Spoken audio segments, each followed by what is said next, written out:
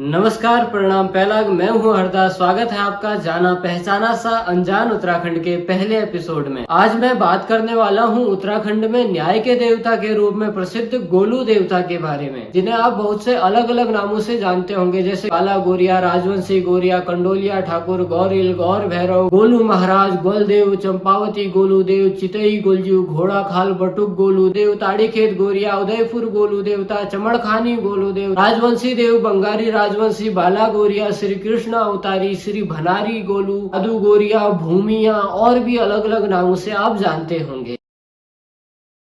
आज से लगभग 1200 साल पहले उत्तराखंड में कत्यूरी राजवंश का शासन था और इसी राजवंश में एक प्रतापी राजा हुए राजा झालूराई। ग्वालियर कोट चंपावत उनका राज्य था, जहां उनकी 7 रानियां थी पर संतान एक भी नहीं थी। तो राजा इस बात से हमेशा ही परेशान रहता था कि उसका वंश आगे कौन बढ़ाएगा। राजा ज्योतिषी से परामर्श लेता है कि क्या किया जाए। ज्योतिषी सुझाव देता है कि आप भैरव महाराज को प्रसन्न कीजिए, वो आपकी मनोकामना जरूर पूरी करेंगे। अब राजा झालूराई भैरव भगवान को प्रसन्न करने में लग जाते हैं और एक दिन प्रसन्न होकर के भैरव देवता झालूराई के सपने में आते हैं और कहते हैं कि तुम्हारे जीवन में संतान का सुख नहीं लिखा हुआ है, किंतु तुमने मुझे प्रसन्न किया है तो मैं खुद तुम्हारे घर में पुत्र रूप में जन्म लूंगा, लेकिन उसके लिए तुम्हें 8वीं शादी करनी होगी। तो झालूराई पूछते हैं कि वो भाग्यशाली स्त्री कौन होगी। तब भैरव देवता कहते हैं कि उचित समय होने पर अपने आप मिल जाएगी। एक दिन राजा शिकार के लिए जंगल की तरफ निकला था और शिकार ढूंढते ढूंढते जंगल में बहुत दूर तक पहुंच गया। जब उसे प्यास लगी तो अपने सैनिकों को पानी की तलाश में भेजा। एक के बाद एक सैनिक जाता रहा पर वापस कोई भी नहीं आया। तो अंत में राजा खुद ही पानी की तलाश में निकल पड़ता है और एक तालाब के किनारे पहुंच जाता है। वहां देखता है कि उसके सारे सैनिक बेहोशी की हालत में पड़े हुए हैं। प्यास से व्याकुल राजा जैसे ही पानी पीने तालाब की तरफ बढ़ता है तो अचानक से एक आवाज आती है, ये तालाब मेरा है, यदि आपने भी मेरी बात नहीं मानी तो आपका भी वही असर होगा जो इन सैनिकों का हुआ है। राजा इधर उधर देखता है तो उसे एक सुंदर स्त्री नजर आती है और उससे कहता है कि मैं शिकार के लिए जंगल की तरफ निकला था पर कुछ ज्यादा ही आगे पहुंच गया। जब प्यास लगी तो अपने सैनिकों को पानी लेने के लिए भेजा पर वे सभी के सभी यहाँ पे बेहोशी की हालत में पड़े हुए हैं। राजा अपना परिचय देते हुए कहते हैं कि मेरा नाम झालूराई है और मैं चंपावत का राजा हूँ। हमने से स्त्री कहती है कि मैं पंचदेव देवताओं की बहन कलिंगा हूँ, पर अगर आप राजा है तो बलशाली भी होंगे ही। जरा वो सामने लड़ती हुई भैंसों को तो छुड़ा करके दिखाओ तो मैं मानूं कि तुम गढ़ी चंपावत के राजा हो।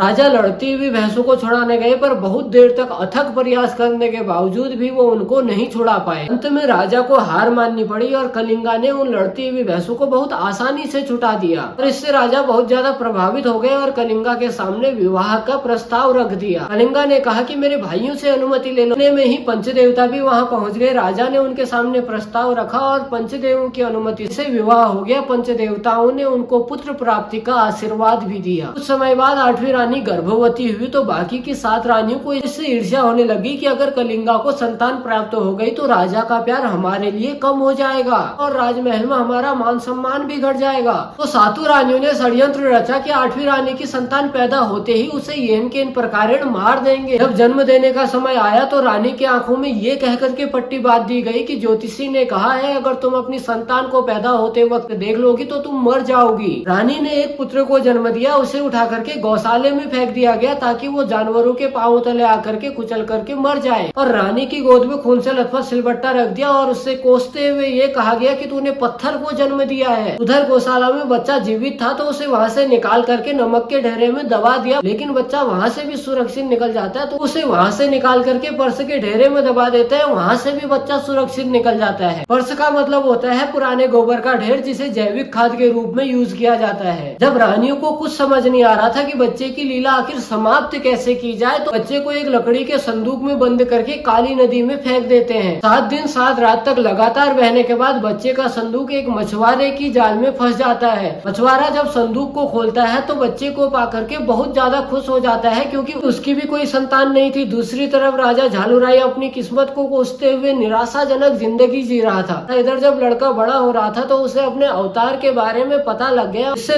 लड़के को जन्म के समय उसके साथ हुई घटना और अपने जीवन के उद्देश्य के बारे में पता लगता है। तो लड़का अपने पिता से यानी मछुआरे से एक घोड़े की डिमांड करता है। मछुआरा ठहरा बेचारा गरीब लकड़ी का घोड़ा ला करके बच्चे को दे देता है, क्योंकि लड़के को अब अपने भैरव अवतार के बारे में पता लग गया है और दैवीय शक्तियां भी प्राप्त कर ली है। तो घोड़े में प्राण फूंक करके राजा झालूराई के राज्य की तरफ बढ़ जाता है। वहाँ एक तालाब के किनारे वही 7 रानियां बैठी हुई थी जिन्होंने उसे जन्म के समय मारने का असफल प्रयास किया हुआ था। ये देख लड़के ने अपने घोड़े को फिर से लकड़ी का बना दिया और रानियों के पास जाकर के बोला, हटो यहाँ से, मेरे घोड़े को पानी पीना है। रानियां उसे देख करके हैरान थी कि कोई लकड़ी के घोड़े को पानी कैसे पिला सकता है। तो उनमें से एक रानी बोली, बालक तुम पागल हो गए हो क्या? लकड़ी का घोड़ा पानी कैसे पिएगा? लड़के ने जवाब दिया, जब इस राज्य की रानी एक सिलबट्टे को जन्म दे सकती है तो मेरा घोड़ा पानी क्यों नहीं पी सकता? लड़के के इस दुस्साहस से रानियों को गुस्सा आ गया और उसे बंदी बना करके राजा के सामने पेश किया गया। तब राजा लड़के से बोला, बेटा तुम्हें इतना भी नहीं पता कि लकड़ी का घोड़ा पानी नहीं पी सकता? लड़के ने फिर वही जवाब दिया कि जब इस राज्य की रानी सिलबट्टे को जन्म दे सकती है तो मेरा लकड़ी का घोड़ा पानी क्यों नहीं पी सकता? फिर लड़के ने राजा को उस अत्याचार के बारे में बताया जो उसकी इकलौती संतान के साथ 7 रानियों ने मिलकर के किया था, और राजा के सपने में भैरव देवता से हुई बातों के बारे में भी बताया जो सिर्फ राजा को ही पता थी। सब बातें सुन करके राजा को विश्वास हो गया कि यही लड़का मेरा पुत्र है। तो क्रोधित होकर 7 रानियों को उनके कृत्य के लिए कारावास में डाल दिया, पर बालक के कहने पर राजा ने उनको माफ कर दिया।